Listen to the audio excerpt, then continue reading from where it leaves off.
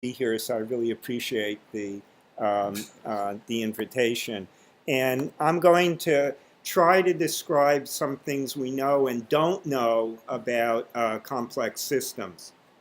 So I work with a number of complex systems, meaning they're physical, biological, or social systems that have a lot of pieces that strongly interact with each other. Physical systems such as motions of stars and gas and galaxies and motions in proteins, biological systems such as gene regulatory networks and the timing of heart attacks, and social systems such as models of sustainable peace and how therapists and clients interact in psychotherapy. And I teach a number of different kinds of courses, and we put some of the lectures of some of those courses online on YouTube. AC4 has helped put the statistics course on methods in complex systems. And one of the courses I currently teach, Physics for Computer Science, is on a YouTube channel with the somewhat understated name of Smart Physics for Brilliant Computer Engineers, Season 2.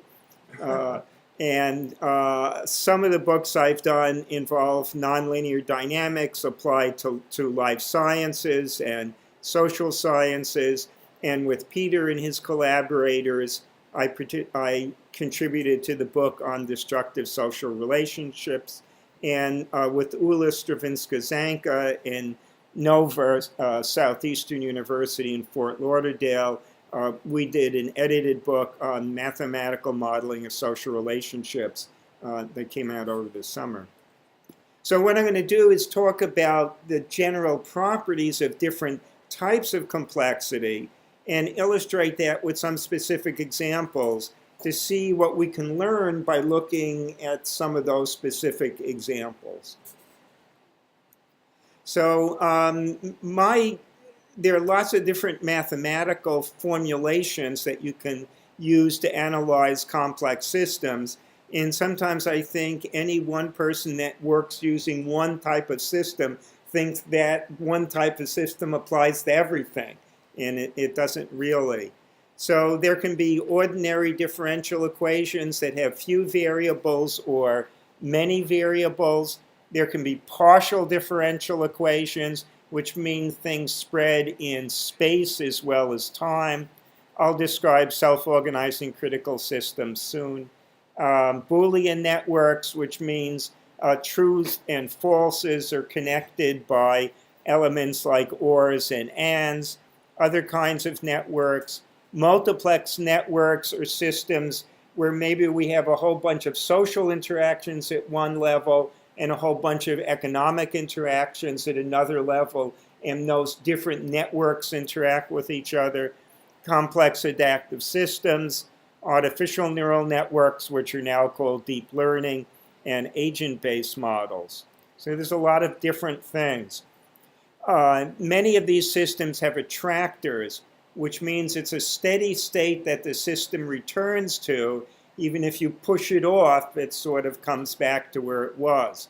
And some of these systems may have none or a few or many attractors, and there may be different dynamics in approaching the steady state or cycles around it or much more complicated behavior. Now, some of these systems have many variables, and for each variable creates a different dimension. So I want to describe a little bit how important these high-dimensional systems, how important high dimensionality is in these systems. So to give you a sense of dimensionality, you could fit, how many people are in the world right now? This is an old slide. 8 billion. So when I did this slide, there were only 7.5 billion people in the world. But you could fit all those people in a one-dimensional line, as if they're waiting for the M4 bus on Broadway, and that line would be about 1 million miles long. But if you put them standing on the squares of a checkerboard in a two-dimensional area, you could basically fit everyone in the space the size of New York City. And I had seen a cartoon once, which I couldn't find for this talk, where they had everyone from Asia in Brooklyn and Queens, and everyone from Europe in the Bronx, and so on. And if you had people standing on each other's shoulders, you could fit everyone in the whole world in a cube that was about a mile on each side. So as you go to higher dimensions, there's more and more space in things, and that qualitatively changes things. I can say it in a different way as well. In a one-dimensional or two-dimensional space, if you have a random walk, you're guaranteed to return where you started from. But in three and higher dimensions, you never get back to where you started from. And what that means is that if we're going over a hyperdimensional landscape, it means we're never likely to get back to where we started from. And this raises very important issues about sustainability and what sustainability means if we really have this high dimensional system with many variables. Another aspect, we're used to seeing so-called rough landscapes that look like this, with mountains and valleys. But this isn't really very rough. This is a two-dimensional surface that we're looking at bent and twisted into a three-dimensional area. As we get up, and even on this surface, there are things called saddle points. So it's like this pass between the two mountains. You would fall down into the saddle, but then in the saddle, you'd fall off of it. And in a higher dimensional space, we're going to have hyperdimensional saddles. And what that means is this system is going to slip from one of these unstable points to another, and it's going to wander around in this very high dimensional space. And again, this raises this issue of, can we ever have sustainability here? And what does sustainability mean? Does that mean we have to put constraints on the system? And is that what we want to do? Do we want to prevent the system from doing what it's naturally doing? Another odd thing about these high-dimensional systems is when they go through a really dramatic change called a bifurcation, it turns out you can represent that by a change in only one variable, even though there's a large number of variables in the system. This is called the center manifold theorem. So there are a lot of interesting properties of systems that have a large number of dimensions. Another interesting thing is the role that negative things play in systems like this. So in pattern formation, proposed very brilliantly by Alan Turing, where there is a short-range stimulation and long-range inhibition, it means that local areas self-reinforce, but then inhibit the areas next to them, but that allows areas further away to self-reinforce. And so you can get patterns like stripes or spots on tigers and a lot of other interesting things, or on seashells. So the negativity plays a role in creating a much more complex pattern. And we see these in neural circuits, which are both excitatory and inhibitory. We see these in genes and even in the processing of messenger RNA, where things are enhanced or turned off. We see this in social networks with the interaction between cooperation and competition. We see this is a very technical aside, so if this makes no sense to you, this is okay.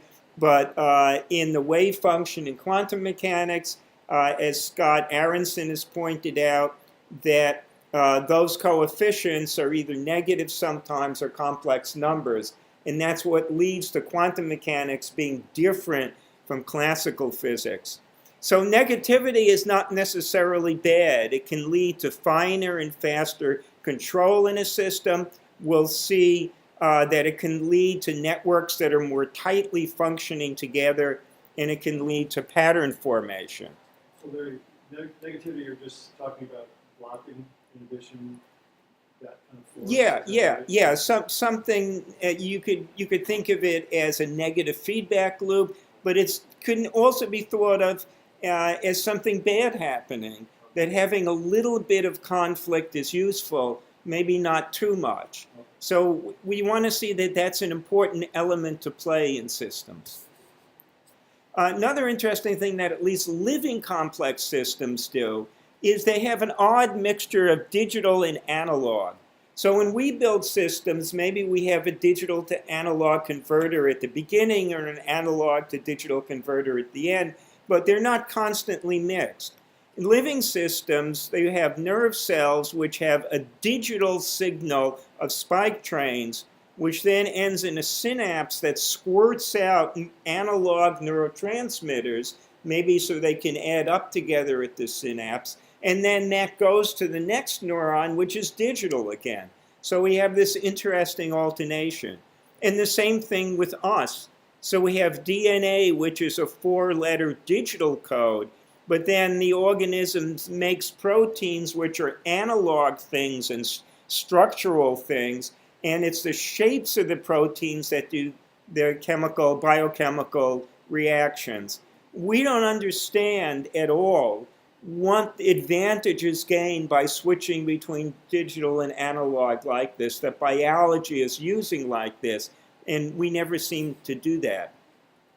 There are networks of things that are very important in a lot of different complex systems, and there are a lot of different kinds of networks. So typically, everything is not connected to everything else because this is actually the same reason why they have multiple elevator chains in large buildings. Because if every elevator went to every floor, you'd fill up the whole volume of the building with elevators. So you can't have everything connected with everything else.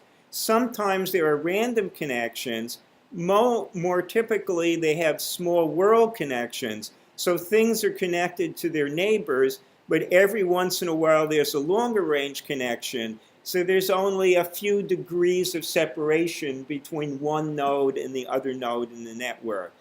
Very often there are hubs. This is an airline map. So some of these cities like Chicago and this city in Texas, which I can't read, and somewhere in the Northeast are forming hubs. So not everything is connected, but there are some nodes that have much larger connections. There can also be hierarchical connections that maybe things sit within each other, and then the whole group is connected. These are those multiplex networks that I described before, where we may have a layer of environment and climate and a layer of social, economics, or culture, which are then connected. Many of these networks have this peculiar characteristic of having long or fat-tailed distributions. And shown over here on a log-log plot, this line is actually what a normal or Gaussian distribution would look like. Every time I mention Gaussian distributions in my class, I actually have a picture of Gauss from an old Deutsche Mark bill in my wallet, and I usually don't take it out because they're sick of me taking it. But I have it, but I won't take it out again. But I do have a picture of Gauss in my wallet. And so on this log-log plot, this is what a Gaussian distribution looks like, but this is what a power law distribution looks like.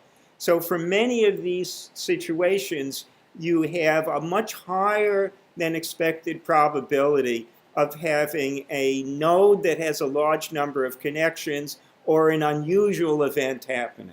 And people underestimate how often they should see a black swan. Going from global to the micro level in gene regulatory networks and neural networks and in ecological networks, if you have 3 nodes, each representing different things in each of these networks, there are 13 ways they could be connected to each other. But in all 3 of these networks, actually, they're predominantly connected only by this these types of connections shown here at number 5. And this is called a feed-forward loop. So this node affects that node, this node affects that node, and one of them is a controlling node to do that. So the microstructure of many networks has some interesting features that are units that then cascade up to lead to more global structures.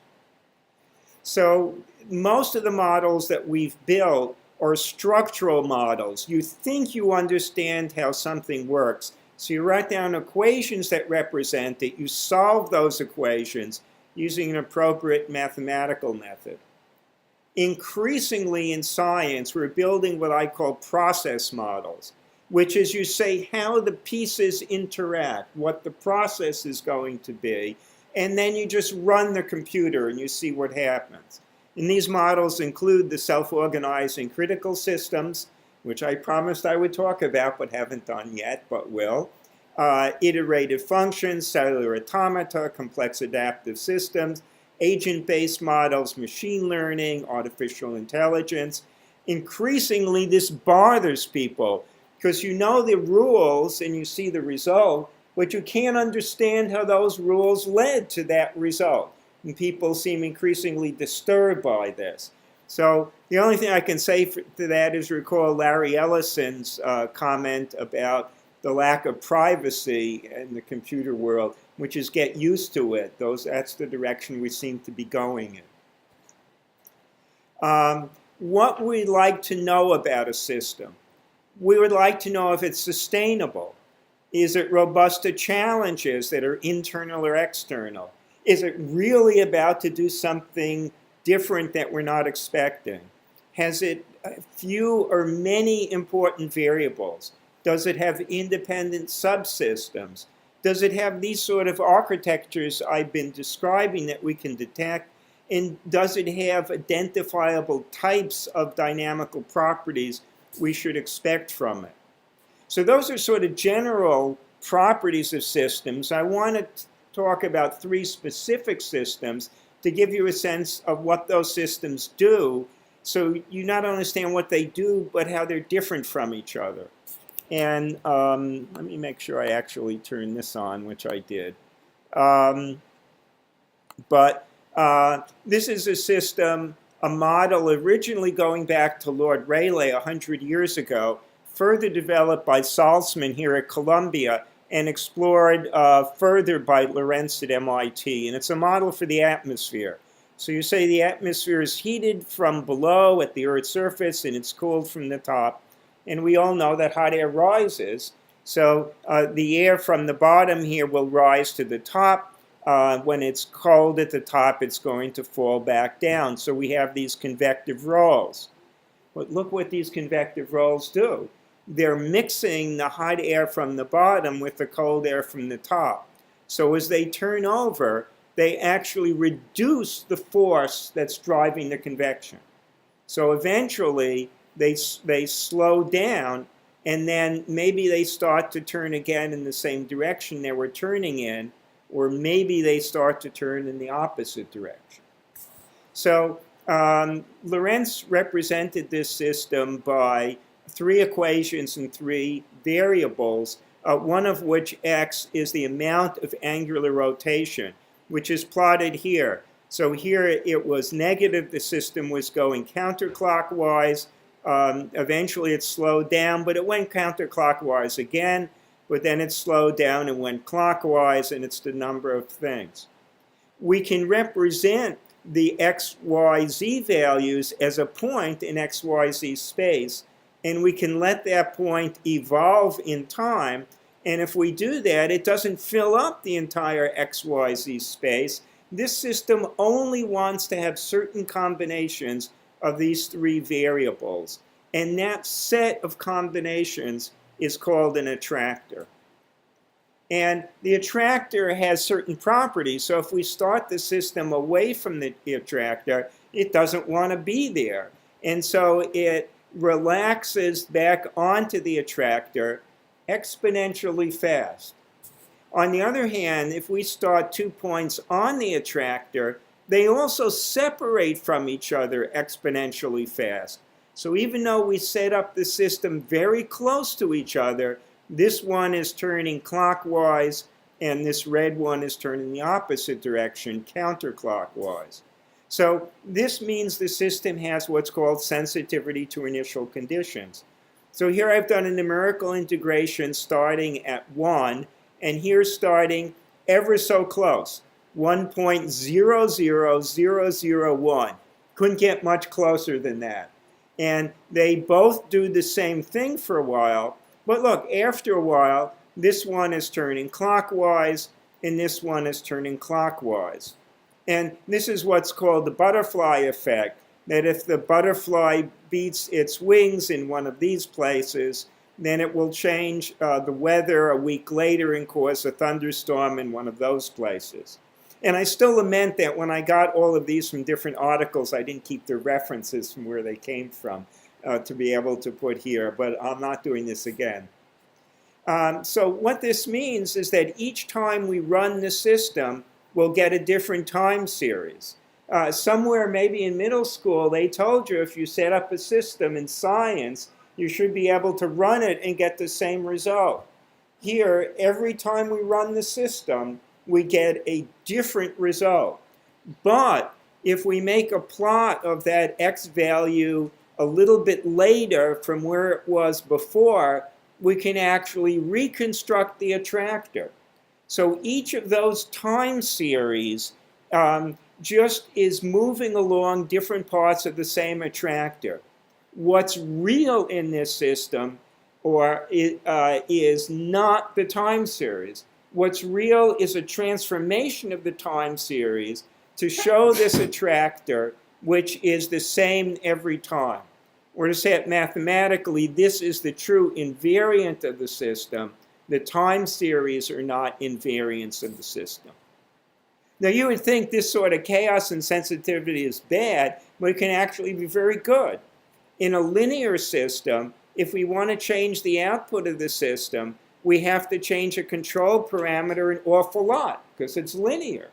But in a chaotic system, if it's very sensitive to a control parameter, we may need to change the control parameter only a little bit in order to make the system do what we want it to do. And this is an example. This is actually data from Roy at the University of Maryland. So this is the fluctuations in intensity of a laser as a function of time. And by understanding how to control the parameters of the laser with these very small pulses, he can actually make the laser much more regular. And he can actually do some other fancier tricks with the laser that I'm not showing here. Another aspect of these sort of systems is that if the system has a very deep energy minimum that it can fall into, then it's going to be pretty stuck here and it may bounce around a little bit. So there's not a lot of noise that it produces. But if it's a very shallow minimum, especially one near only a shallow hill, it can roll quite a lot. And sometimes it might roll over the edge to a different attractor. So if it can roll around a lot, there'll be a lot of noise. So sometimes noise is a signature that we may wind up someplace else rather soon. So some things are chaotic. The properties they have are sensitivity to initial conditions. They have this phase space, which is where the invariant is, and maybe we can control them. But many things are not low dimensional. And we see there both words, many and not, are in caps here. They do not have the properties of low-dimensional systems. And I think weather and climate are examples of things that are not low-dimensional. So here's an example of a not low-dimensional system. This is the self-organized critical system. You drop one grain of sand at a time, and it forms a sand pile. And the edge of the sand pile will reach a point where if there's too much sand, there'll be an avalanche, and the sand will come off. So what's interesting about this system, you probably think systems like to live at equilibrium. This system lives poised just at the maximally unstable point because the avalanche will carry things just so it's stable again.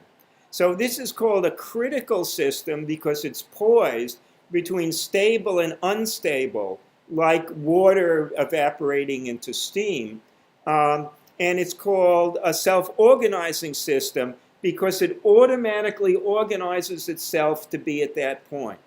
These systems produce interesting behavior. So this is a log-log plot of the number of avalanches against the avalanche size. And this is basically a 1 over size or 1 over f type of plot. So these systems make fractals in a number of different ways. They make power law distributions.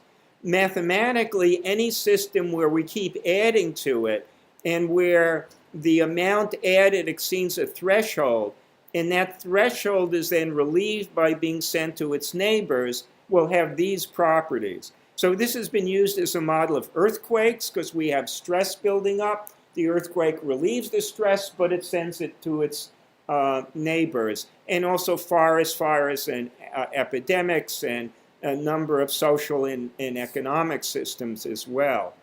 So let's look at the difference between chaos and self-organizing criticality.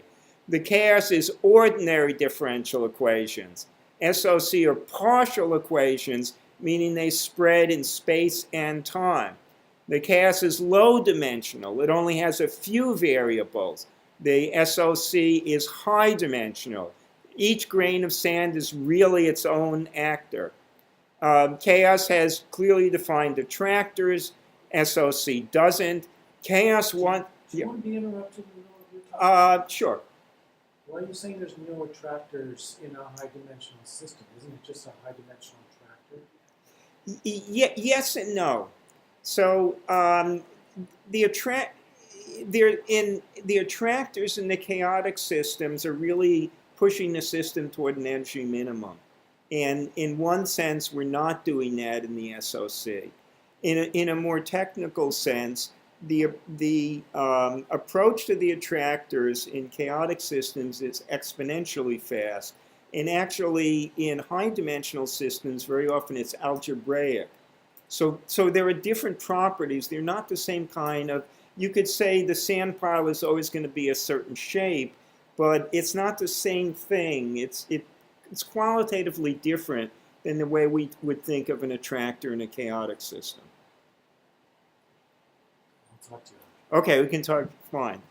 The difference here is that the chaotic system wants to live in a stable equilibrium, and the self-organizing critical system is living between equilibrium.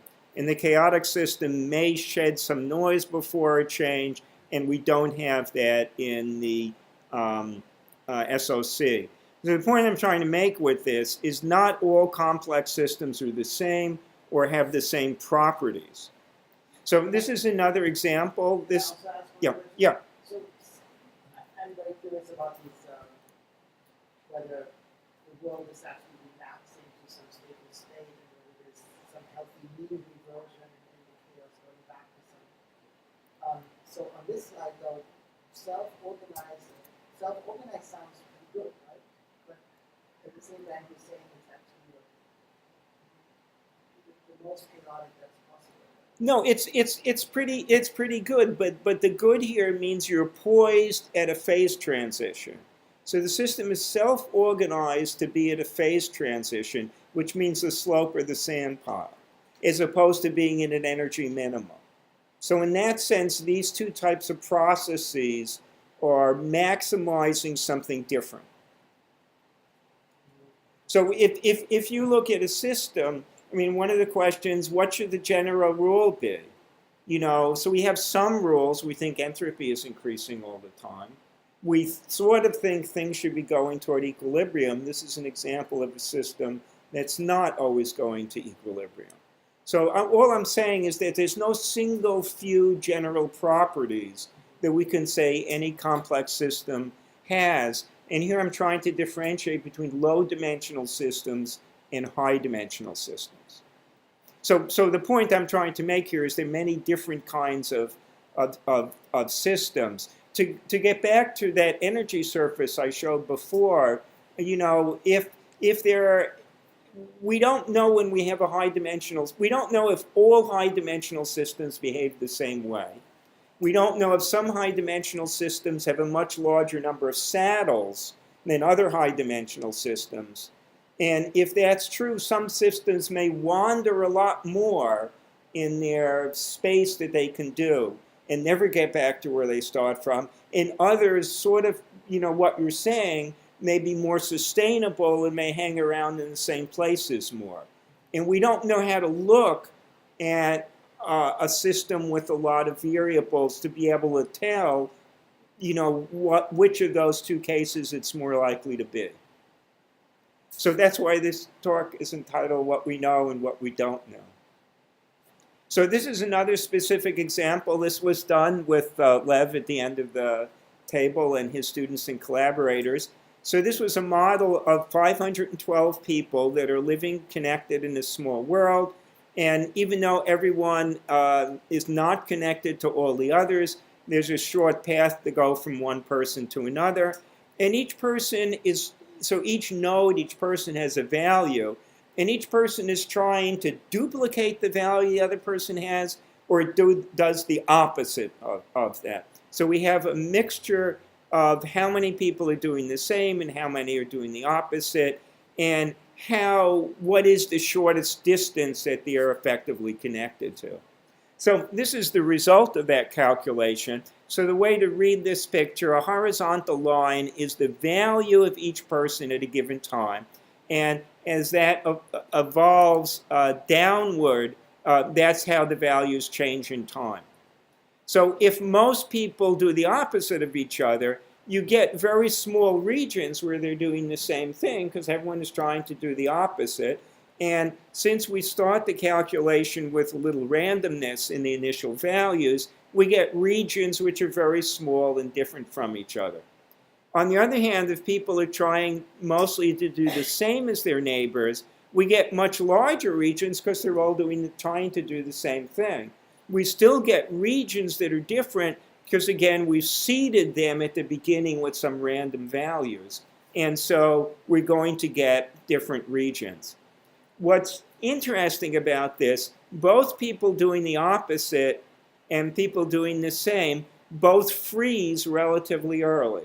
The situation remains constant from that point on. And we don't think that's very good.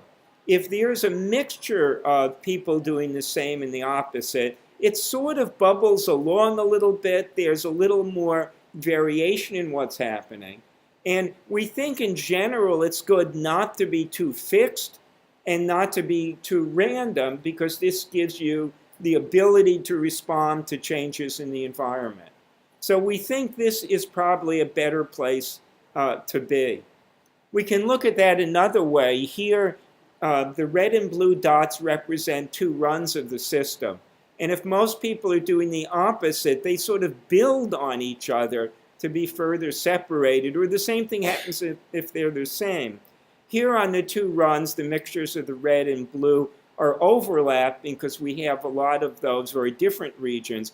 Here, everyone wound up doing not so well, and here in red, everyone wound up doing much better.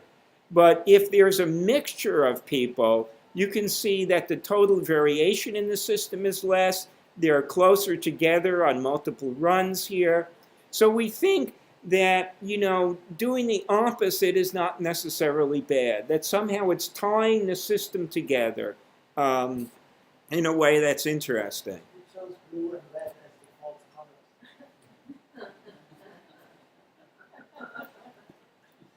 I have a different slide where there's a more complex interpretation of red, and I always do a warning label before that. I didn't do that here. Is 60-40 crystallized into the stripes? Do you want to say anything on that? Is there a turnover point?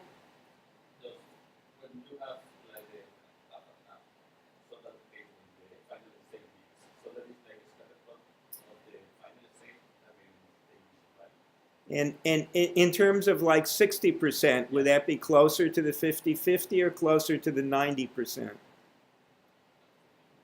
Okay.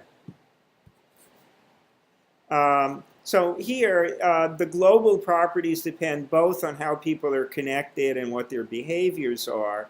And it's interesting that doing the same and doing the opposite in a certain way has some similarities. But having an equal mix actually, we think, makes the system function better. So this is also a very strong argument for diversity, in that having diverse elements in the system makes the system overall better. Larry, can you just elaborate what better means? Okay, here better means, so one way of thinking of better is that you shouldn't be too frozen and you shouldn't be too random. Or flexible or adaptive? Right, so because we think that if you're bubbling a little bit, then if something changes, you're poised to respond to it. But if you're doing too many weird stuff, you won't have a coherent response. So this is sort of an old edge of chaos argument that you should have some flexibility, but not too much. Some variation, but not too much. So the conclusions here, the global properties depend how people are connected and on their behaviors. This, I think, I already said. The other questions this raises are also interesting. That is, so really start with number 2. In a lot of these models, including models we've been making, we're basically looking at pairwise interactions. And this is true in the causal loop diagrams also. We always have things pairwise, as opposed to having things 3 at a time connected. And maybe the question comes up, can we build all pairwise interactions, all n-order interactions from just pairwise interactions? So the example I give in my class of the difference between this is the interaction with Bob and his wife, and when Bob's wife is not present, Bob's girlfriend, he has an interaction with her. But when both Bob's wife and girlfriend are present, those pairwise interactions are very different. So the deeper sense, of this also is we have some understanding, but not the best understanding, of how the topology of the network determines the dynamics of the system. We know more about the structure of networks, of how things are connected, than an understanding, if we build a certain network, what's going to happen on it. So the lessons from here are the importance of topology, of how things are connected, are there leverage points, is it hierarchical, and the role of these negative interactions. And negative isn't always bad. So this is a third example of this. This is from the Sustainable Peace Project, that most previous research studies have analyzed peace only in a negative way, as the absence of conflict, violence, or war. And there's a growing effort to understand positive peace, the political, economic, and social systems that generate and sustain peaceful societies. So this project, Peter Coleman and Josh Fisher and Beth Fisher-Yoshida and Doug Fry in Alabama and Philip Vanderbroek in Brussels and Danny Burns in the UK and a large number of other people began initially with a review of the literature and then a survey with responses from many different people from many different disciplines, a small and a large workshop, input from a number of other organizations. And my role or small role in this is to turn their qualitative models into mathematical models and to try to use data science methods to measure those peace factors. And what they had been doing is creating these causal loop diagrams, which force you to identify what you think are the individual elements in the system, the positive and negative feedback loops. And as Danny Burns would say, probably the most important aspect of this is the process. That if you have a whole bunch of people around the table which really means a whiteboard with Post-its, that you have people from different backgrounds and different expertise and different experiences, that allows you to interact, and it's that interaction that helps pull out more of the individual elements and how they interact with each other to create an integrative complexity. But this also has limitations. If one element changes and the next element changes, it's very hard to chase through this very complex mesh of interactions as to what's going to happen. And these elements themselves have no quantitative value, even though intuitively we think something should influence others more strongly. So this is the core engine of this causal loop diagram. And the two most important central elements are positive and negative intergroup reciprocity. That is, that if you do something good to someone, do they do something good in return, or do they spit in your face? And this is essential. This is all based at the intergroup level. But these two central factors are also influenced by people's view of the past, by the expectation of their future, by social norms and other things. And the group has been expanding this into a larger and larger number of areas of all the things that influence the core engine, which is in this central blue here. So so this just illustrates the fact, first of all, that I can do PowerPoint with no hands.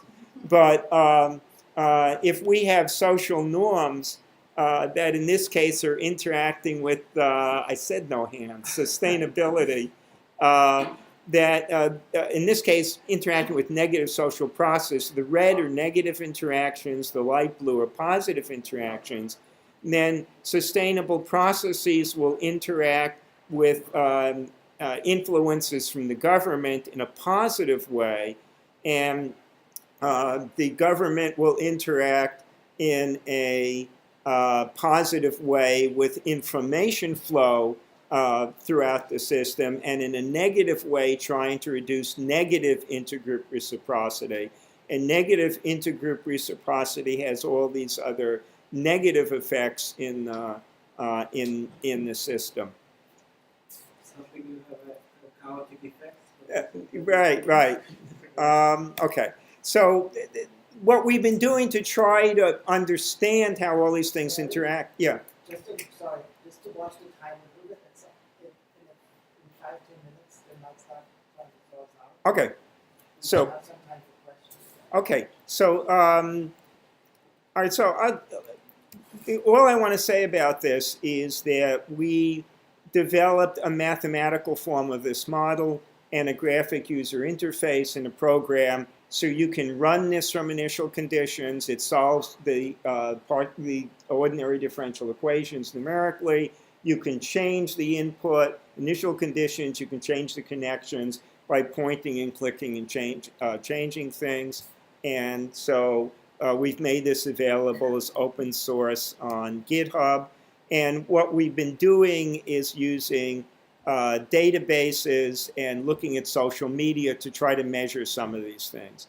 So to measure intergroup reciprocity, we've identified fans of different football teams in London and Northern Ireland, and then see whether those same people use pro or anti-immigrant hashtags. And at least for these football teams, there's a nice mixture of people, which is actually a good sign. And we've done things like look at tweets from those same areas and identify words that refer to the past or the future, and then do a sentiment analysis of those tweets to see that at least around before New Year's, people had a much higher positive sense of the future than the past, and that was positive than random tweets. So let me sort of get to what this whole project raises is real questions about how this network of interactions works for sustainable peace. Is it flat the way I've pictured it so far?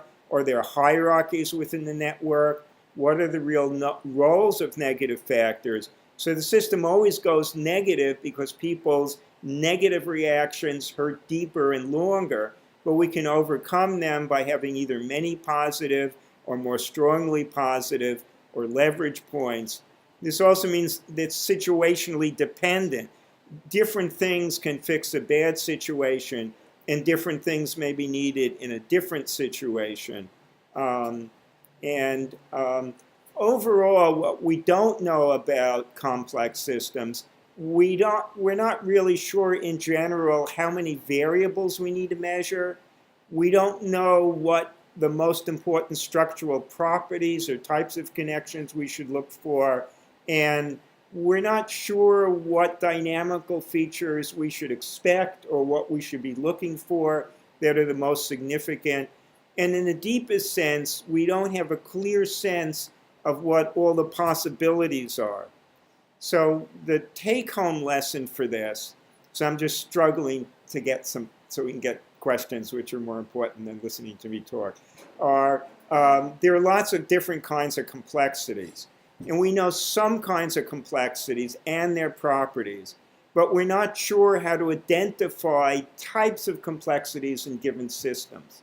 And we can in some systems, but not in many. And it's likely we don't know all the different kinds of complexities that there are. So let me end there and let me save this, and then we can ask questions. So let me, before